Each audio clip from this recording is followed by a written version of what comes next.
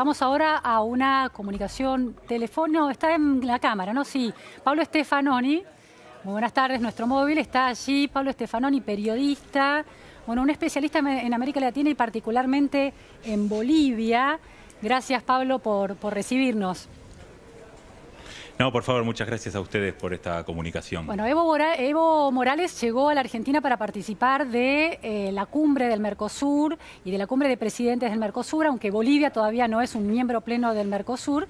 Pero ha llamado la atención cuando, en las últimas semanas, cuando se conoció el acuerdo del Mercosur con la Unión Europea, la decisión con la que Evo Morales recibió en Twitter una bienvenida a ese acuerdo muy feliz, de alguna manera, contrastando con dirigentes políticos de izquierda de la Argentina o de centroizquierda, kirchneristas, muchos de ellos, que vieron con malos ojos el acuerdo del Mercosur. ¿Cómo es esta Bolivia de Evo Morales en términos de posicionamientos económicos, Pablo? Bueno, Evo Morales tiene una dimensión ideológica, sin duda, es parte del bloque bolivariano aliado a Venezuela, pero también tiene una dimensión pragmática. Hay que recordar, por ejemplo, que Evo Morales fue a la asunción de Jair Bolsonaro, a la cual no estaba invitado Maduro, trató de tener una buena relación con Macri. Y, bueno, por un lado, Bolivia tampoco es un país industrial que sea tan afectado posiblemente por un acuerdo, no es parte del Mercosur, como ustedes decían, de manera total. Y Evo Morales siempre trató de tener una buena relación con Europa como una especie de contrapeso político y diplomático con Estados Unidos, ¿no? Con un país con el que sí siempre se enfrentó. Hay que recordar que no hay embajador. En el 2008 el embajador norteamericano en La Paz fue declarado persona no grata y expulsado. Y bueno, siempre hubo una distancia muy fuerte de Evo Morales con Estados Unidos. Y mientras tanto siempre trató de tener una relación mejor con Europa, en el marco de una política que combinó esas dos dimensiones, posicionamientos ideológicos y cierto pragmatismo, que es parte de la dinámica política tanto externa como interna. Ahora, Pablo, lo curioso y lo interesante del caso boliviano es que Evo Morales se planta, por lo menos en la lectura política que algunos hacen de su gestión de ya casi 13 años, ¿no? Lleva de gestión como presidente, ¿me equivoco en la cantidad de años, Pablo? Bueno, sí, 2006, claro. Entró en 1 de enero de 2006 y lleva, sí, ya exactamente, para 14. La lectura es que es un populismo, pero paradójicamente es un populismo con gran éxito económico. Vos decías la resistencia de Evo Morales de alinearse detrás de Estados Unidos, pero por ejemplo el FMI este año en uno de sus informes lo ha considerado la economía que más va a crecer en Sudamérica. Sí, hay varios datos que son muy significativos. Primero, que siendo parte del ALBA, los resultados económicos de Bolivia son totalmente contrapuestos a los de Venezuela. Claro. Alguna vez una revista, creo que fue The Economist, lo presentó como un populista prudente. Y efectivamente Evo Morales siempre se preocupó de tener muchas reservas internacionales. En algún momento era uno de los países del mundo que tenía más reservas, llegó a tener más del 50% del PBI en reservas internacionales. Tuvo un crecimiento de alrededor del 5% en estos años, y un dato muy significativo, que es que mantuvo al mismo ministro de Economía desde que asumió el poder por primera vez. Tuvo una licencia por enfermedad, se alejó un tiempo del poder Luis Arce Catacora, un tiempo del ministerio, pero volvió recientemente, con lo cual es un periodo larguísimo para un ministro de Economía en un país que siempre fue caracterizado por la inestabilidad económica. Y de hecho el FMI, como decías, el Banco Mundial, claro, rescatan los resultados macroeconómicos de Bolivia, la estabilidad, y Evo Morales transformó eso en una carta de triunfo muy fuerte. En el 2014 la estabilidad económica fue decisiva en la elección de Evo Morales, que sacó más del 60%, y ahora, pese a que su figura está más desgastada, el éxito económico sigue siendo una de sus cartas, de sus bazas, que le permitirían una nueva elección, pese a las polémicas que hay, porque la Constitución no claro, le permitiría. Pablo, es interesante, mencionabas 2014, The Guardian, bueno, el periódico británico decía en 2014 que Evo Morales demostró que las políticas de izquierda no destruyen la economía, no dañan la economía. ¿Cómo fue que un líder político por fuera de las élites dirigentes de Bolivia logró interpretar el sentido económico del capitalismo, pero con un discurso de izquierda? ¿Cómo se dio ese proceso? Sí, yo creo que hay varios elementos. Primero, Evo Morales combinó una política estatista en algunos aspectos. Por ejemplo, nacionalizó el gas y el petróleo, pese a que hizo contratos con empresas extranjeras, recuperó la propiedad, nacionalizó algunas empresas de servicios públicos, pero junto con ese nacionalismo económico mantuvo una política macroeconómica muy prudente, llevó al Ministerio de Economía y al equipo económico a algunos economistas de los años 90. Y por otro lado, creo que para explicar eso hay una cierta prudencia de Evo Morales que posiblemente provenga también de su matriz campesina, una cierta aversión al endeudamiento, a gastar lo que tiene. Y por otro lado, Evo Morales asumió pensando que iba a ser eficaz políticamente, pero tenía dudas sobre su eficiencia económica. Todo el mundo tenía dudas sobre eso.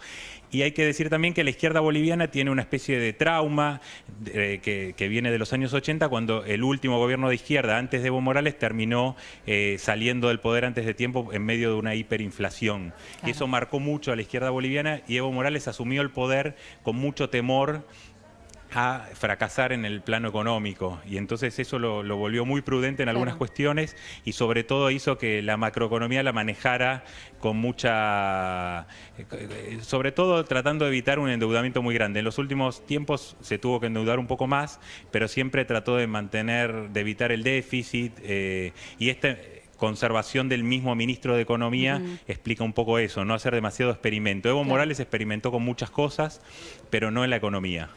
Pablo, señalabas la hiperinflación que hereda de alguna manera Evo Morales.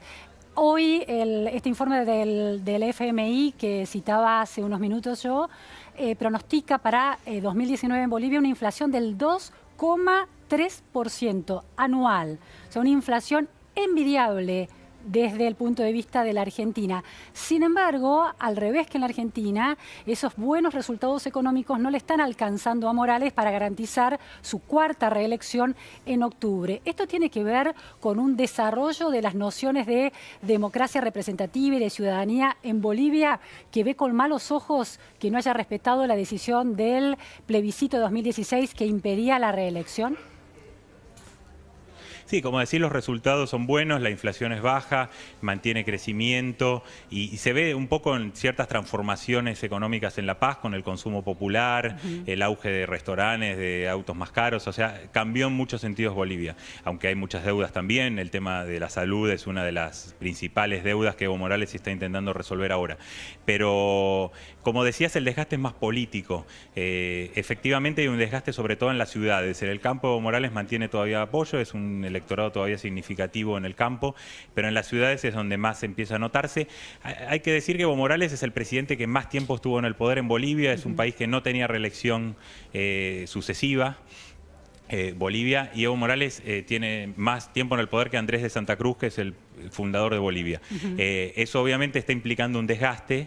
Lo que está ocurriendo es que no surgió un candidato capaz todavía de disputarle el poder, porque Evo Morales tiene algunas fortalezas que tienen que ver con lo que hablábamos antes y también con el control del Estado, ¿no? Además, un control muy fuerte del Estado. Evo Morales tiene el oficialismo en Bolivia, 2/3 del Congreso, que le da un control absoluto de toda la institucionalidad boliviana. Pese al desgaste, todavía no hay una figura que pueda disputarle el poder a Evo Morales. El expresidente Carlos Mesa es el mejor ubicado, pero todavía es una posición dividida. Carlos Mesa, hay que decir, abandonó el poder en 2005 renunciando. Él sucedió a Sánchez de Lozada, que fue el presidente que vivió la guerra del gas, tuvo que huir a Estados Unidos, lo sucedió Carlos Mesa y renunció en medio del conflicto social. Entonces un presidente es un candidato que tiene un pasado político, que no terminó bien, renunció mucho antes en medio del conflicto social, no tiene tanta pasta política, y mientras que Evo Morales es un animal político en todo sentido, ¿no? Entonces, Carlos Mesa está intentando tratar de captar ese desgaste del gobierno, esa necesidad de alternancia de una parte de las clases medias. Pablo, según las últimas encuestas hay un 30% de intención de voto en favor de Carlos Mesa y casi 40% en favor de Morales. ¿Esto es así? Sí, lo cual, si hoy hubiera elección y se diera esos resultados, Evo ganaría en primera vuelta con 40+10, ¿no? Con esa opción. Que es la apuesta de Evo Morales, es justamente ganar en primera vuelta, porque en segunda vuelta sí se podría unificar el voto opositor y ser una elección más peleada. pero toda la apuesta del gobierno es ganarle a Carlos Mesa en primera vuelta. En las últimas semanas hay un fortalecimiento de la figura de Evo Morales, después de la novedad del lanzamiento de Mesa. Evo Morales se reforzó, Carlos Mesa todavía no pudo armar realmente una coalición de fuerzas que lo posicione mejor, y vamos a ver cuando empiece en julio la campaña formalmente. Pero hay que decir también que las encuestas siempre subestiman el voto de Evo Morales, porque Evo Morales tiene muchos votos en el campo y en general las encuestas tienen un sesgo urbano, ¿no? Pablo, como balance, y es la última pregunta que te planteo, ¿se puede decir que Bolivia entró por el lado económico a un desarrollo sustentable, pero por el lado político, dada esta reelección que se ha vuelto casi indefinida y hay altos riesgos de que se convierta así en una reelección indefinida, sigue teniendo deudas en términos de calidad democrática? Sigue teniendo deudas porque, como mencionaba, Evo Morales perdió un referéndum en 2016 que se preguntó justamente a la ciudadanía si querían la reelección indefinida o no, que no está prevista en la Constitución. Claro. Evo perdió ese referéndum, lo hizo por una vía judicial y eso sin dudas desgasta la institucionalidad. Por otro lado, este gobierno de Evo, que ya más de 2 periodos con 2/3 del Congreso, le dio quizás demasiado poder. Eso no es su culpa, la gente votó eso.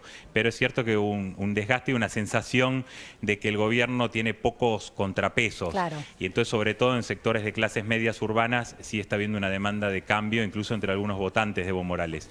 Desde el punto de vista económico, claro, hay todavía muchas deudas. Bolivia depende mucho de las materias primas. Hay temas de desarrollo y de construcción de estado de bienestar que todavía están pendientes, como el tema de la salud.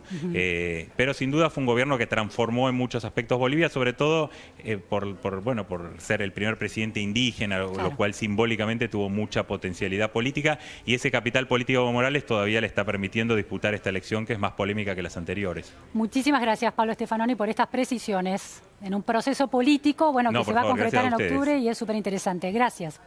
Buenas tardes. Hasta la próxima. Volvemos a Argentina, de Bolivia a Argentina, otro proceso electoral, campaña electoral con, por ejemplo, una candidata a vicepresidente que prefiere recorrer el país no como candidata, sino como autora.